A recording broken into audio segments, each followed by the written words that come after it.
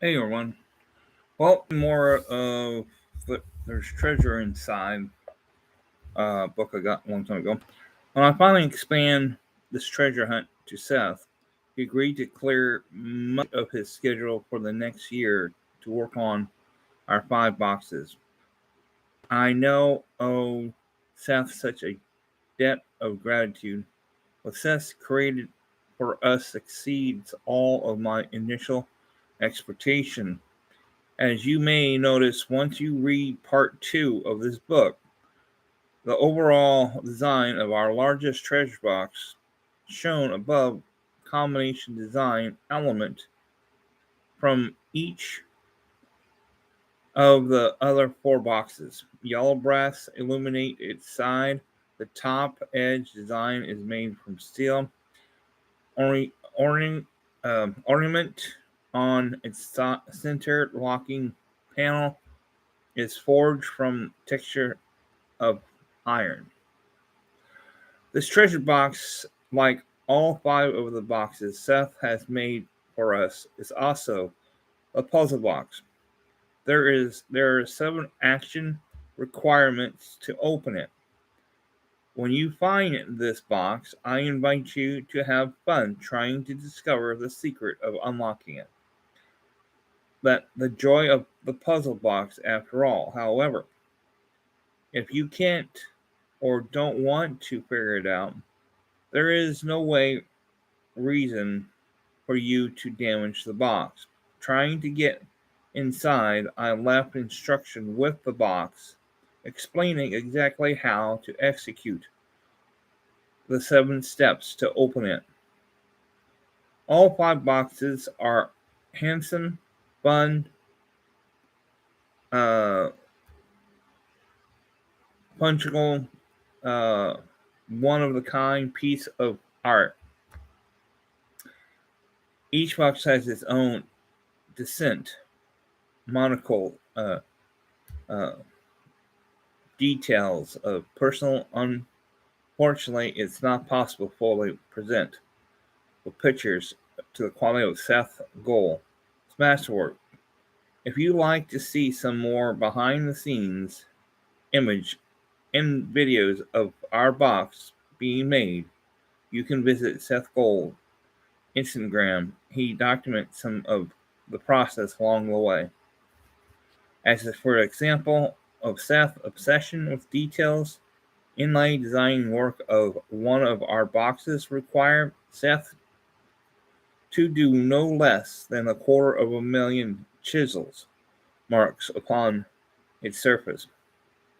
When he sent me a video of this process, I joked with him that his attention to details might drive a lesser person to madness. Seth responds saying that such detail work puts him into in the of state, mode of a state. The fine point of detail helped him relax, focus, and here he found a true sense of calm and joy. I borrowed his wisdom. Seth is not the only talent. He's genuine and considerate, and was pleased to work with. From the start to finish, the quality of Seth's work reminds me very much of another artist who made an item that is in our treasure. This man, just like Seth, was in more talent and devoted to details in his work and art. In fact, he became the most respected jewelry designer of his generation. His name is Michael Perkin, and he was the head workmaster of Farage. In the spirit of the playful, I thought it only appreciate to include mummification glass in our treasure. Sherlock Holmes symbols reminding us that important of paying attention to smallest things, of course. Magnifying I choose for our treasure is not typical. Hands lens, and it's made from gold or jade by Michael Perkin himself, whom many experts consider to be the most skilled detail, hey Cyber, workmaster in history of fromage. Fromage is those eggs. As the precise artistry of our magnified glass, I wouldn't spend the time explaining intricacy of Perkins' gold um, pattern of adorn its nor specific technique with which it was made. You can investigate on your own if you like. However, Michael Perkins' life story is certainly worth at least a few words. A birth Perkins' chances of one day being revived in the industry of high-end jewelry design seems far-fetched, but Perkins grew up poor. He learned to read and write by studying with a priest in his small rural town. At age 16, Perkins began working with a local blacksmith. His transition to goldsmithing at 18. He showed remarkable skills, and within just a few years, he was hired by a Frenchman named Carl Cabbage. Within a few years, by the age of 26, Michael earned the title Workmaster, the highest position with the Cabbage Design Shop. Carl Cabbage promoted Perkins especially because he wanted his company to be known exquisite craftsmanship.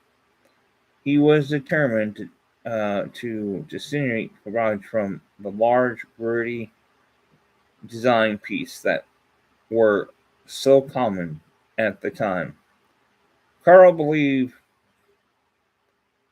Perkins to be the best artist of his generation. Michael began his new position by re-imaging what type of object should become jewelry art. He loved small household accessories. He visualized them as artistry.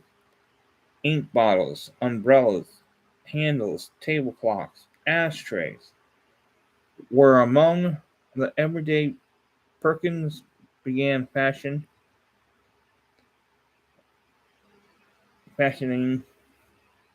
Perkins redrew the limit of what jewelry art might encompass. Several of his work are now considered timeless, and many attempts to replicate them continue today.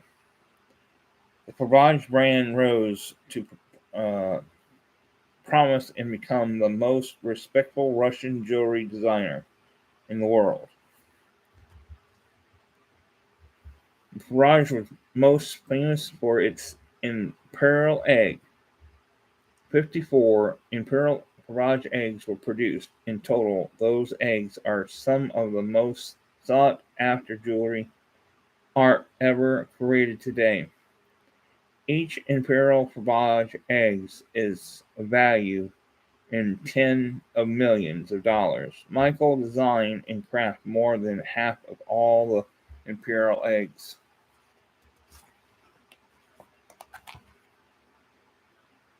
Every Cabbage egg has its own fascinating history, but the most entertaining and teachable Cabbage egg story belongs to that of a third imperial egg. The journey of the egg gives us interlude lessons on the value of taking time to notice details.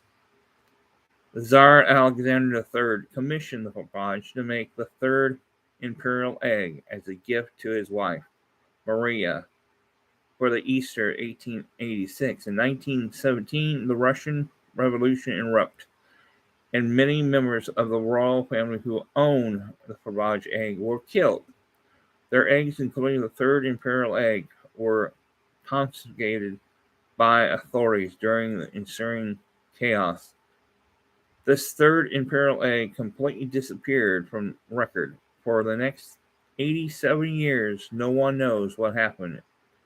Then in 2004, a fancy jewelry egg suddenly appeared at an antique show in the Midwest of the United States. No one at the antique fair, including the dealer hoping to sell, the knowledge about the origin of this egg. A scrap metal dealer attending the show walked by and noticed that sparkling jewelry piece.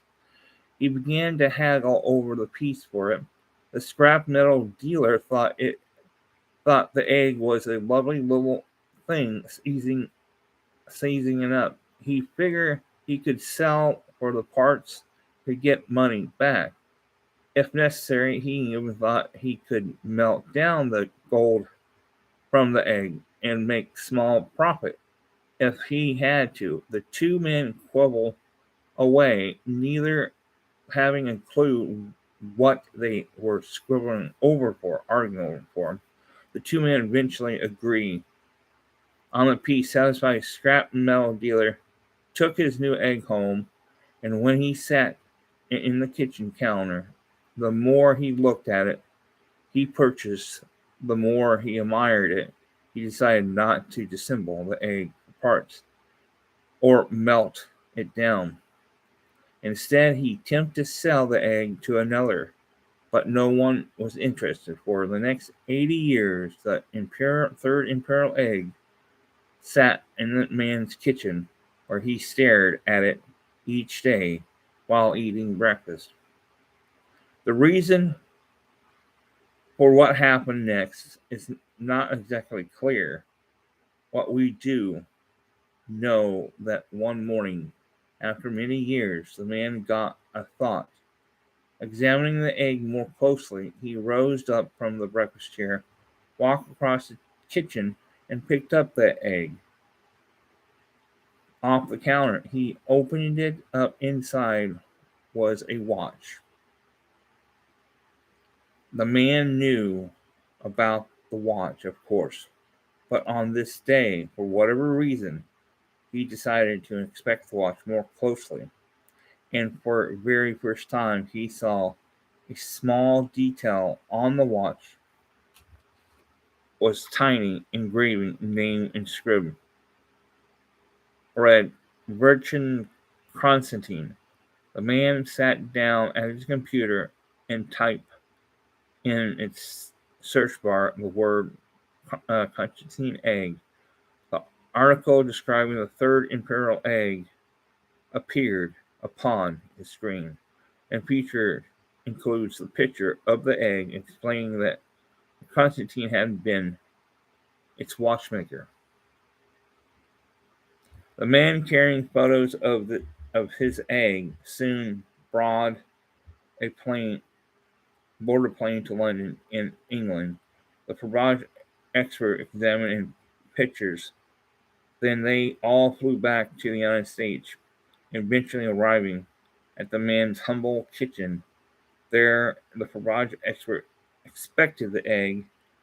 They informed the man that this small decorative item he possessed was the value of approximately $33 million. Days later, the third imperial egg was sold to a private collector for a very large, undisclosed amount. Well, I'm going to stop there. Hey, Cyber, thanks for coming. I appreciate it. I'll talk to you guys all later. Bye now.